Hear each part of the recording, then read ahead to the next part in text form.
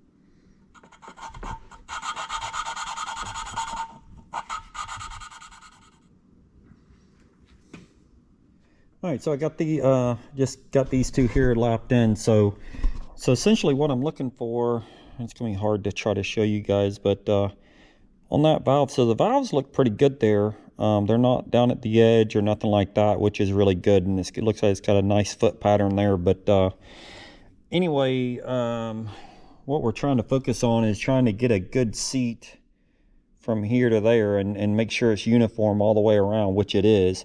There's a little crack in there in the middle here. I've seen this before. I don't think that affects anything on the cylinder head, but there's a little crack there. It's not into the seats there, but you could see really how deep these seats are. And this head was really in bad shape, to be honest with you. But there's the exhaust valve there, so I've got it all cleaned up and ready to go. So I'm gonna put the new valve seals back in here and put these valves back in.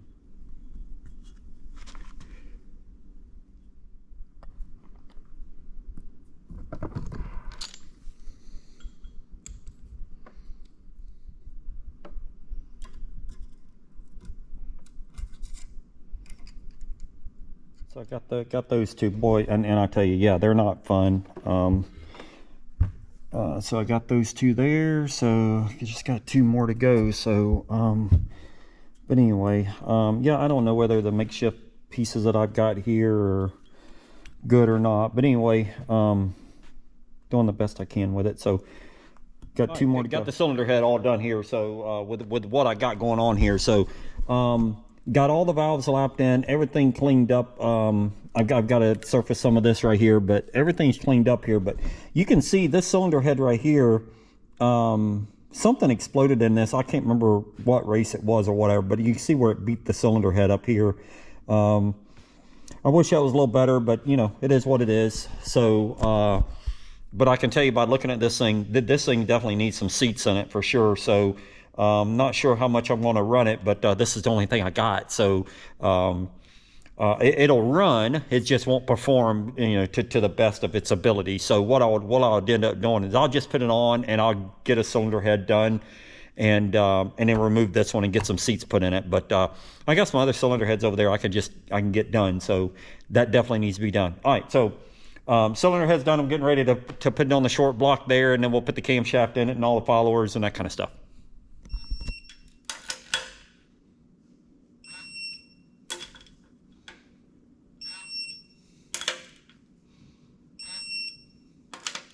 All right, so I got the cylinder head all on there and got it all torqued down here, and got the head bolts in and all that kind of stuff, and got a brand new timing belt on there now. So what I'm getting ready to do now is I've got to degree this camshaft.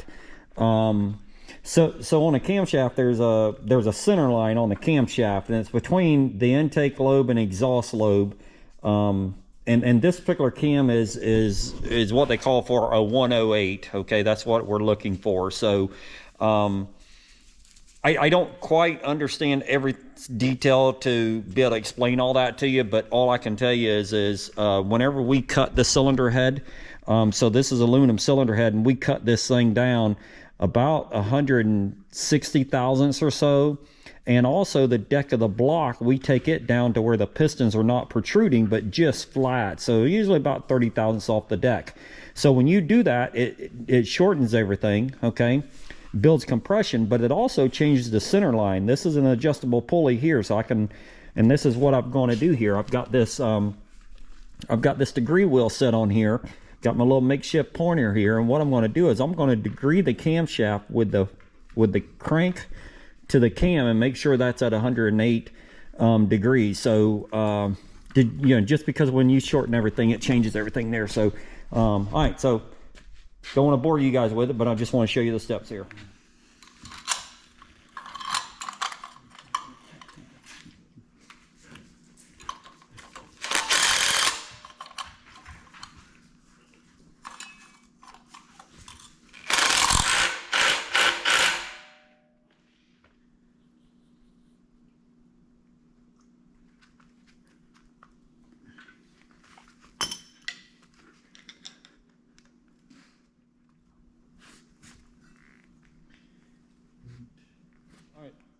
I'm going to try to explain this to you really quick. So what I did is I found my top dead center. So I got my pointer pointing here to top dead center here. And then we got the dial indicator on there. And what I'm going to do is I'm going to spin this thing around. I'm going to make about 5 laps. And I'm going to stop about 30 thousandths before top dead center. And then we're going to read that wheel down there. 1, 2, 3, 4. And then we're going to stop about 30 thousandths before that.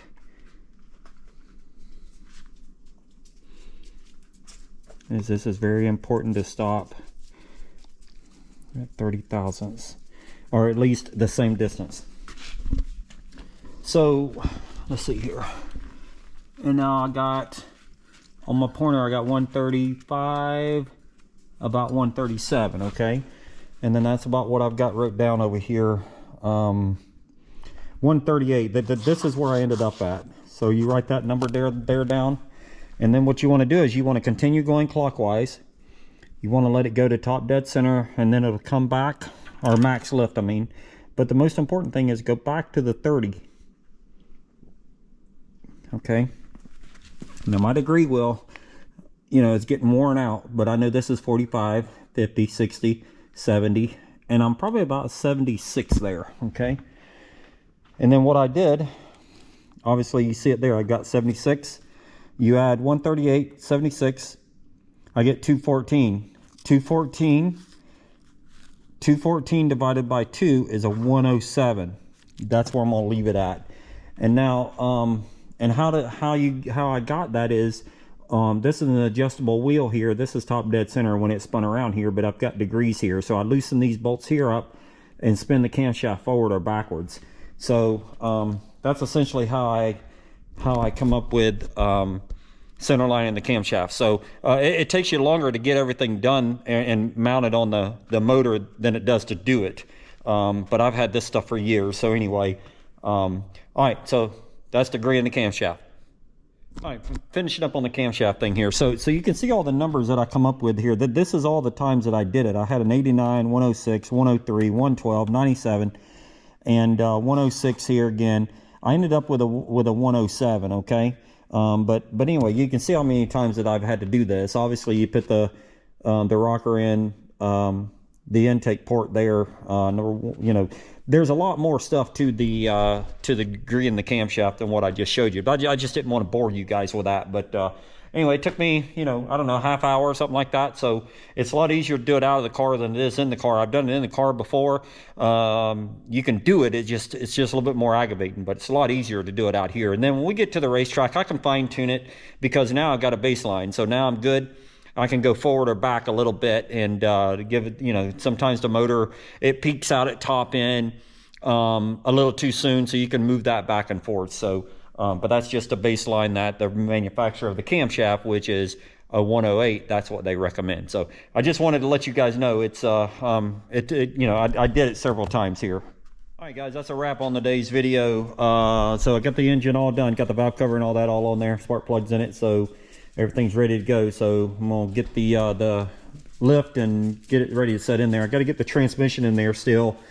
It's laying over there. I washed and cleaned it up. So got to get the transmission in there and all that kind of stuff. So short video today, guys. Going to try to shorten up the videos a little bit, but that's the race car engine, and